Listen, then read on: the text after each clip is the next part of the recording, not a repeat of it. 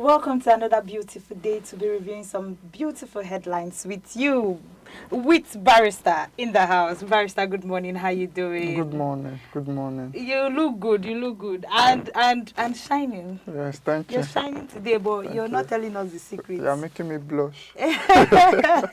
Okay, I'm making you blush. Welcome to all our viewers out there. Welcome to another beautiful newspaper review on MIDDAY television. First, we'll be looking at our tech news. We know the last time we met Barrister, we were talking about Australia investing in child protection. Yes. On social media ban for age restriction, and they increased the age, and we saw so many invention that actually shows that they are very serious about the matter. Today we see another one that somebody has come out to take, and this time it's GPT. It has actually bought into the idea of Australia. But let's look into the story. We see that OpenAI introduces parental control on ChatGPT after teen suicide case. We see that OpenAI has launched its parental control on ChatGPT across web and mobile platforms following the lawsuit filed by a parent in California about its teenager who died by suicide. The feature allows the parent and teen to link accounts, enabling a stronger and safeguarded more will I say more, I don't know how to put that word, but this gives the parent more access to every child's social media account. Yeah. So as a child, you have to have an adult that is linked to your social media account, so that anything you are doing, and this is just beautiful the way people are actually coming up to actually answer or respond to this issue of child's protection, especially on social media. But I want to hear you say something. Yeah, so it's a good one, just like we said last week when we spoke about the Australian government and the social media platforms increasing the age for people to be able to access social media. It's a very good one. Now we see ChatGPT also trying to do, parental control, parental guidance, and we're talking about the risk factors with using social media, ChatGPT and all of that, not too long ago, a teenager committed suicide, as a result of following prompts on ChatGPT, AI prompts and all of that. So it's a good one. Now, once you have this technology, this social media, ChatGPT, once they are linked to a parent's account or an elder's account, the elder will be able to track what this child is doing on social media or on ChatGPT. What prompts is he putting into the ChatGPT to give him feedback. All those kinds of things. They are very, very good. It's something that we should learn from. Yeah. Also, our tech companies, they should learn from this. One thing struck me again. This thing didn't just come as a result of maybe a flash of brilliance. It's a lawsuit that led to this. And this is, as a lawyer, this is where I always tell people this. If you file that lawsuit, one thing lawsuit does is it improves the laws, it improves guidelines, it saves people's lives. Over there, they don't just file lawsuits because of my own rights and all of that. They file lawsuits so that the country can be better for it. You see, now a lawsuit led to ChatGPT doing this. You get? So you will always see that sometimes there are some things that will happen in Nigeria in the tech space.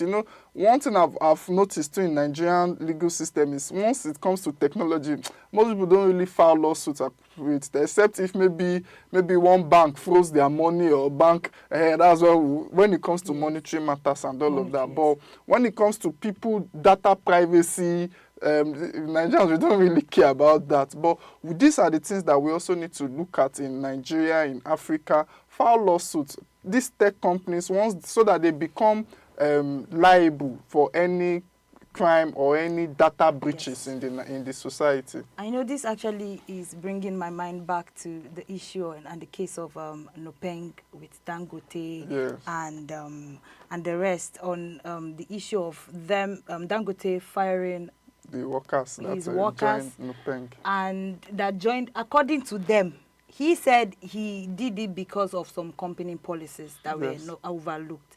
And of course, we know that there's no law that states that will I say entrepreneur is, an entrepreneur is not allowed to actually fire some. There's no law that states that. Yeah. But still, Nupeng is coming out to say this is because the certain people that you actually fired, in fact, most all of them, if not all of them, are actually registered under Nupeng. And that is why Nupeng is thinking Dangote actually took this. And I actually looked at it from this particular point of view we just spoke about. At this point, they should file lawsuit, but they can't because, of course, there's nowhere in the law of Nigeria or in the constitution of Nigeria that an entrepreneur cannot fire his workers for negligence or every other thing that is included. No, you'll be shocked to know that there are even cases ongoing as regards this issue. I believe that, I've always said it here, Dangote is a businessman. And he's not just a business, he's a one-of-a-kind businessman. He's sui generis, he's in a class of his own. Anything that is going to bring detriments to his business, Dangote is going to deal with it square, with what from the interviews I've heard and all of that. Now, going to the crux of the matter, the workers say they want to join Nupeng. We have freedom of association, freedom of this thing. But the employer is saying, you cannot join Nupeng and work for me. I will fire you. And as soon as they receive termination, not long after, because they joined Nupeng, this thing is just all about control. That's why I say you should test the law. What does the law actually say about this situation? Can Dangote fire people because of they joined Pengasin? Can he actually do so? Because many people have divergent opinions on this. You see SANs even arguing about this. But once we go and you test the law, you go to the court of law, you say, look, I got a job in Dangote refinery, but because I joined our association, Pengasin, Nupeng, all those things, my boss fired me. Is it right under the constitution? Not just the constitution, apart from the constitution, that is the ground norm, we also have minor labor laws and all of that. Is it right for Dangote to fire me? You get? So we will now know where to be at as regards the situation, so that other businessmen will take note and say, okay, this is the position. But let me just even state something about this. This doesn't tell well for people that want to come do business in Nigeria. Actually. When you have trade unions stalling and preventing, Dangote is a Nigerian, and you are doing this to a Nigerian. I mean, refineries have not been working in this country for years, and he's trying to build a refinery, and this kind of issues come up to prevent it.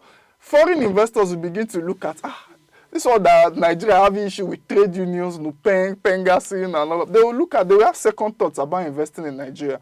So we need to settle this amicably, like two citizens that love the country. My own interest is that let Nigeria win in this situation. Because it's Nigerians that he said he's going to employ foreign workers. He sacked all the Nigerians. Yes, he said he will employ the foreigners to come. So it's Nigeria that is losing.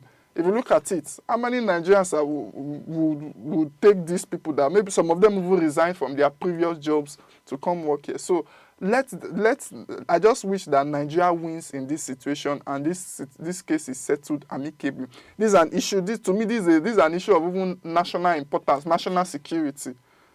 So let everybody sheathe their swords and let the workers resume back at Dangote. Let them come to an agreement, any kind of agreement that will move the nation forward. According to the yesterday meeting at the National Christian Center, let's have the United State of Nigeria. That was a statement made by one of the reverends yesterday during that meeting. But anyway, we'll be moving into our second tech news. It's another beautiful tech news where we see that YouTube settles Trump lawsuit for $24.5 million. YouTube has agreed to pay $24.5 million to settle the lawsuit filed by U.S. President Donald Trump over the suspension of his account following that at January 2021 Capitol riot. This deal makes YouTube, owned by Google parent company Alphabet, the last major social media platform to resolve Trump's claim of political bias and unlawful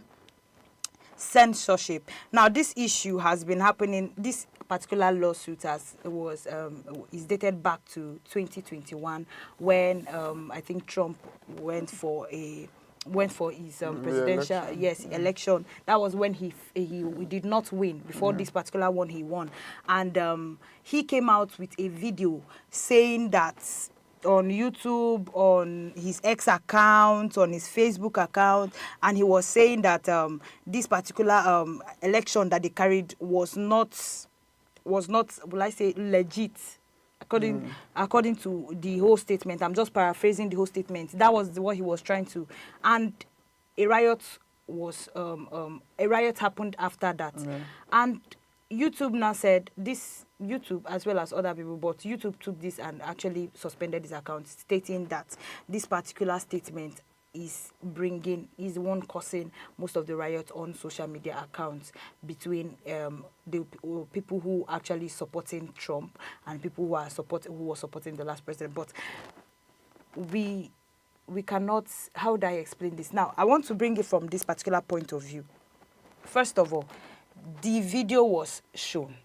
You have evidence. It was taken to the court.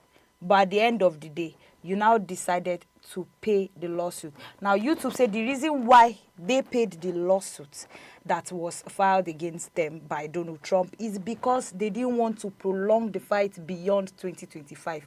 They've carried the fight from 2021, 2022, 2023, 2024, so that it doesn't continue to linger.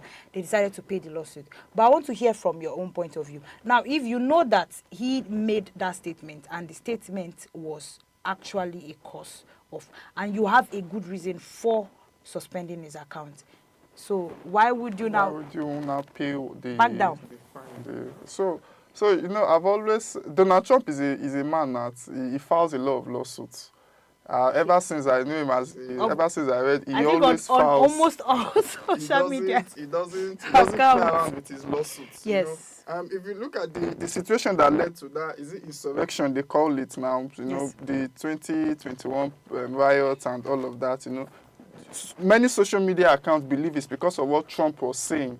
That's what led to that insurrection and the havoc that was happening at the White House and the Congress of the United States. So they felt they had every reason to suspend his account at that moment, so that maybe to reduce the violence, just reduce the temperature at that moment.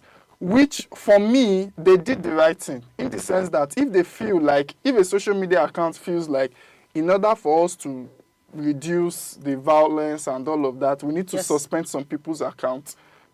It's a good one. Me, I love Donald Trump. I like him, but I believe at that moment they needed to be like a calming, because he was still pushing that the election was stolen. Yes, stolen. Yes, in and his election was stolen. He was saying stop the count.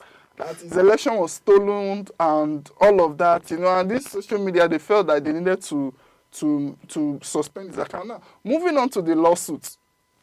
Now, if evidence has been brought that this is the reason why we suspended the account, probably YouTube is now saying that, they don't want to prolong. Maybe it's costing them so much money, legal fees, and they don't decide that let's just set, after all, just $24-point-something million. We are bigger than that, But it's a win for Donald Trump. If you look at it, it's a big win for him.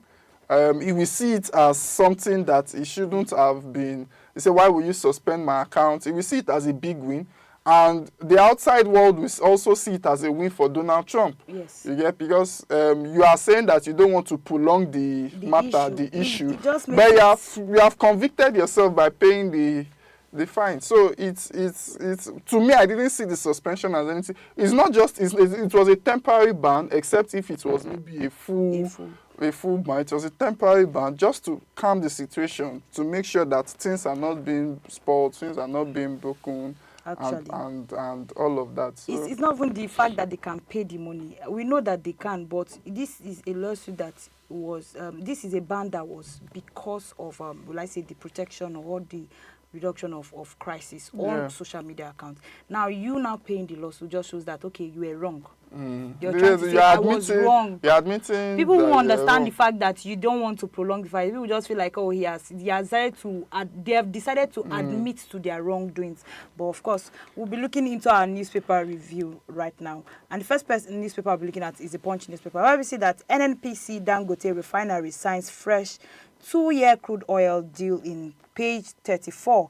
And moving to page 2, we see that Nigeria at 65th anniversary, federal government cancels Independence Day parade. Now, 2027, we see that Lawful Records will hunt Jonathan, says the presidency in page 40. Moving to the big headline, Dangote versus Pegasan. NLC mobilize workers for strike against refinery. I don't know if you have any words again on that particular headline. You know, it just shows that, you know, NLC, Pengas, all these are just trade unions and they want to combine forces to shut. That's why I said this is something that should be treated as a national security issue, you know. When NLC, Pengas, if virtually all the trade unions go on strike, then what will be left? I mean, petrol, we'll start seeing queues again on the road, we'll start seeing. So my little note is just that let the federal government wade in. This is an issue that even the National Security Advisor, that's Nuhu Ribadu, should wade in and see how we can settle this issue amicably and on time so that it doesn't spiral out of control. Another beautiful headline that I want us to look at is the tax reform exempts food, education and agri. FIRS has come out to say in page 34. We see that the Nigerian tax system is set for its biggest overhaul since independence as a new reform to exempt food, education, shared transport and agriculture from value-added tax. This move was announced by the Federal Inland Revenue Service, aimed to ease the burden on citizens and businesses while boosting government revenue. This reform will take effect in January, merge multiple tax law into a single code, reducing the number of tax types and providing the relief for small business companies with annual turnover below 50 million naira will no longer pay taxes. Businesses that own entrepreneurs that own businesses below 50 million naira will not pay taxes right from the next year we're entering. That's January, the next year, January. And this is a very beautiful thing. I see this because, of course, we've been having an issue with food, the hike in prices of things in Nigeria, and trying to reduce poverty as well as other things. And this just shows, this is a beautiful way to actually say that yes, transportation, education and agriculture, major sectors in Nigeria, they're removing tax reform for them, and it's a beautiful thing. Looking at the United States of Nigeria, the progression, of course, this is a beautiful one. Yes. Basic needs, basic amenities, you know, such as food and all of that, you know. Food is already on the high side, you know. Inflation has already eaten deep into food already. So if you begin to tax all these all these commodities, all these commodities that Nigerians spend their money on, you just see that inflation will most likely increase, you know. And the tax reform law that was passed, the tax reform bill that was passed into law earlier this year, it's a good one. I read through it and I see the innovation behind it, you know. It's just that more will be taxed the more. You know, but countries all over the world, they always live on taxes. You know, if you go to the UK, taxes and all of that. But the main issue now is, yes, you are saying you are not going to tax our food, but you are going to be taxing us in other ways, you know. Businessmen are going to be taxed more. Yes, so salary earners, salary workers are going to be taxed more. Now, what do you do with this money? That's the most important thing. You generate this money, you know.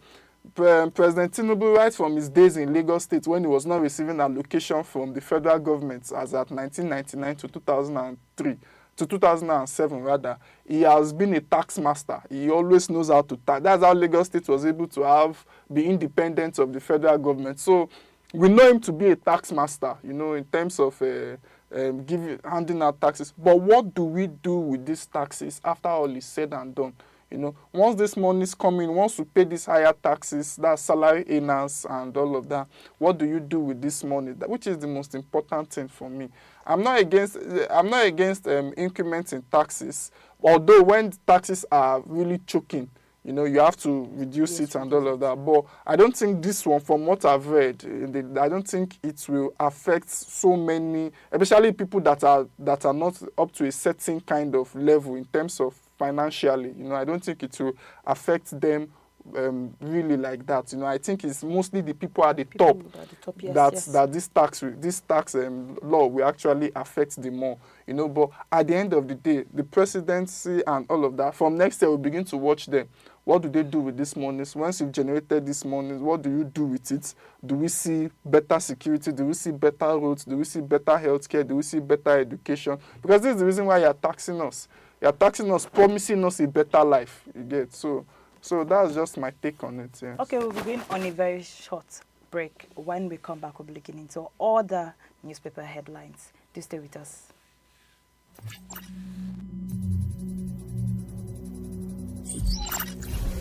Democratize generative AI. Generative AI, which creates new content like text, images, or music, is becoming more accessible. This trend is enabling businesses and individuals to leverage powerful AI tools without needing deep technical expertise. Tools like DALL-E are already transforming marketing, entertainment, and design. However, as generative AI becomes democratized, concerns about copyright infringement and misuse of content are rising.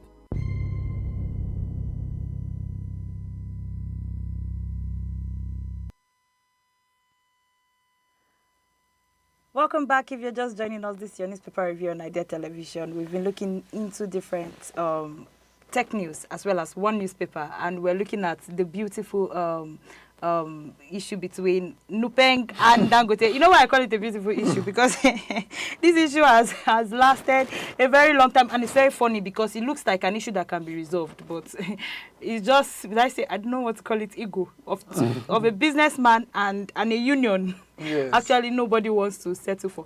But of course, I know that now that the federal government has been involved as well as other people, there will be a resolve to this, a permanent resolution to this particular issue.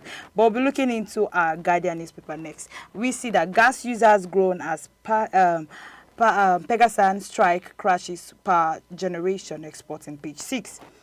We also see that Borno overtakes Osun as voters registration hit 6.2 million naira in page 6.2 million in page 30. We also see that bandits sacked thousands in Castina as Hariwa faults peace deal and that's in page 30. We also see that ASU issues federal government 14 days autonomium over 7 points demand. We also see court declares part shadow government unlawful in page 4. We also see that there's a debate over electricity counterparts deepens in INEC succession battles begins in page 6. The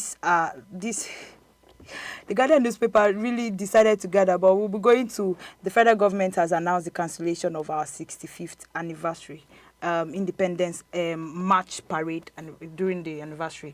I don't know what you have to say about this, but they had a meeting yesterday, if I'm not, or last week, and there was a news that came out yesterday due to their meeting that they had.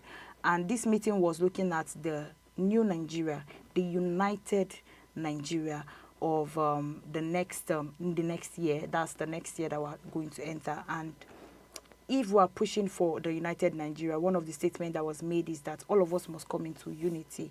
And if we look at unity, these are things that brings different, that we do not look at languages. We do not match looking at languages. We do not match by languages.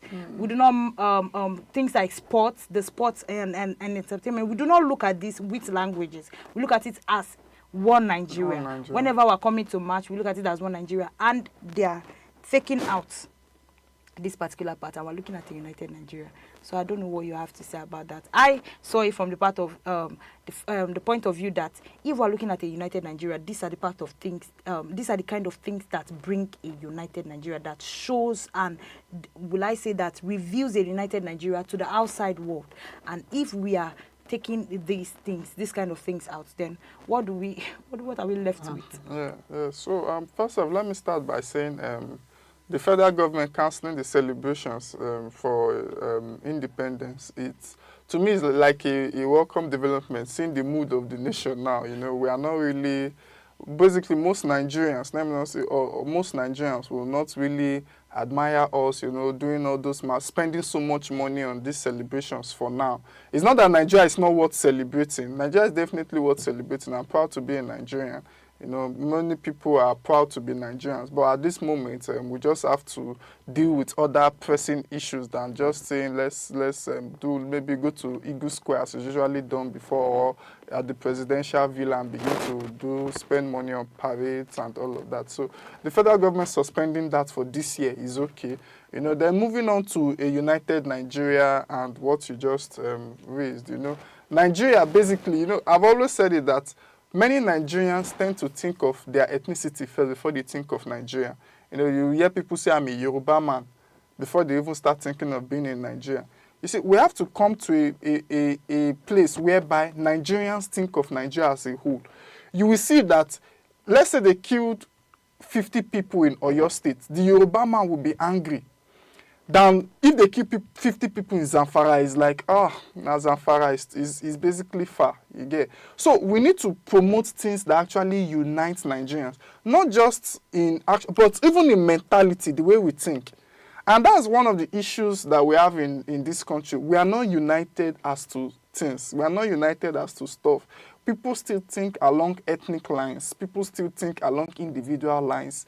You know, and this thing brings a lot of issues that will bring about problems in future. You know, when Nigerians, it's even passing down to we the young ones. You will see some young ones saying, I can't marry from this tribe, I can't marry from that tribe, I can't. And I'm saying, but they can marry Americans, they can marry British, they can marry Chinese, but you can't marry someone that is in your own country, your own countryman, and all of that. So it's something we have to deal with, and I think it starts from leadership. Leadership needs to pass on that message that, look, we are one Nigeria, irrespective of whether you are Muslim, irrespective of whether you are Christian, irrespective of whether you are Yoruba, Hausa, Igbo, any tribe. We are one Nigeria. We should see ourselves as united, just as you said. We are united in this cause, in this project called Nigeria, and we must make it work. Unity is very, very strong. In the Bible, there's a story of the Tower of Babel. Yes. Even God was scared of a united, of united people. You get? So he had to cause division amongst them. You get? So we ourselves, we need to bring ourselves, because in unity we will definitely achieve a lot. You know, I like the fact that you mentioned our leaders in this particular statement you just made. There was no reason, there was no tangible reason mentioned by the federal government that, according to the program that they stated, the Independence Anniversary cancellation, there was no reason. There was nothing they said. So if the federal government deeply regrets any innovation caused by this cancellation, the federal government should actually come out and tell us what is the reason. And if they are pushing for a united Nigeria, if you see what is actually put up on the screen, we see the federal government appreciates the understanding and support, also the cooperation of all Nigerians, as well as the members of the diplomatic community and invited guests. He urges Nigerians to support the reform of Bola Ahmed Tinubu's CGFR in making Nigeria a greater nation. Now, if you're trying to make in Nigeria that is great and united, you should be able to tell us reasons. And now I want to try and ask questions like, we know we've been having serious issues with security. And of course, there are so many issues. There are reasons why you cancel things like this, national events like this. Now, if an issue of let's look into the issue of COVID-19. When COVID-19 was there, we will understand that yes, COVID-19, because of the issue of medical security issues, that's the reason why you would cancel some things. Now, but this, I'm trying to ask now, is it because of the issue of security we've been having? So I don't know what to say about. I don't know the reason the federal government actually wants to. Maybe they are trying to save money. Maybe it's because of security. But like you said, they owe us a duty to actually give us the reasons, to tell us the reason why. But I from the notes that it's like they were planning for it. You know, maybe they were planning for it, and at some point they just felt like, oh no, let us not do this. And, 65 is actually a big year. Like, people celebrate their 65th birthdays. And, I think that should be the golden or no, is I it think, diamond jubilee. yes, 60 is diamond Jubilee. So these are diamond jubilees. So some people celebrate their 65, Yes, 65th year, 65th but year. Nigeria are saying they do. To me, we should not even celebrate it for now. Let's focus on the issues that are on ground. Yes. Let them just give us public holiday. We use it to mark the. I like the fact that you mentioned public holiday. Okay, I the way you mentioned is like you have a lot of things planned for your public holiday. But anyway, we'll be looking into another beautiful headline on the Vanguard newspaper. The court stops Pegasan and others cutting the gas supply. Okay, we see that court has actually been able to intervene in this particular issue, but we would not want to dive on that since we've actually taken that particular news. And that is it for all our newspaper reviews. This is a very beautiful thing. I've been able to do this with Barrister. It's lovely doing this with you every time. But we are urging Nigerians to understand from the point of view of the government based on the cancellation of our March parade on the 65th anniversary of our Independence Day. Understand from the point of the government and actually stay safe. Yeah. Stay safe. Safety is very important. Of recent, we lost one of our media personnel.